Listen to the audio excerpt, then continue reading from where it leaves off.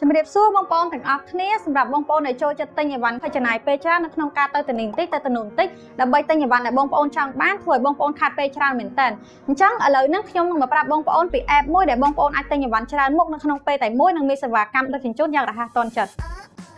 និរន្តរ៍ app គឺជាទីផ្សារអនឡាញមួយដែលមានទំនិញគ្រប់ប្រភេទសម្រាប់បំពេញតម្រូវការរបស់បងប្អូនទាំងអស់គ្នានៅពេលនេះខ្ញុំសូមធ្វើការបង្ហាញពីរបៀបចុះឈ្មោះទិញនៅលើ app និរន្តរ៍ជាមុនសិនដោយជាដំបូងយើងចុចទៅលើប៊ូតុង create account ហើយបំពេញព័ត៌មានរបស់អ្នក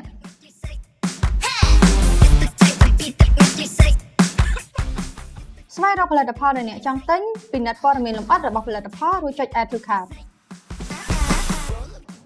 នៅពេលរួចរាល់ចុច check out ដើម្បីជ្រើសរើសវិធីបង់ប្រាក់និងការដឹកជញ្ជូននោះទំនិញនឹងដឹកជញ្ជូនយ៉ាងឆាប់រហ័សពីក្រុមការងាររបស់និរន្តរ៍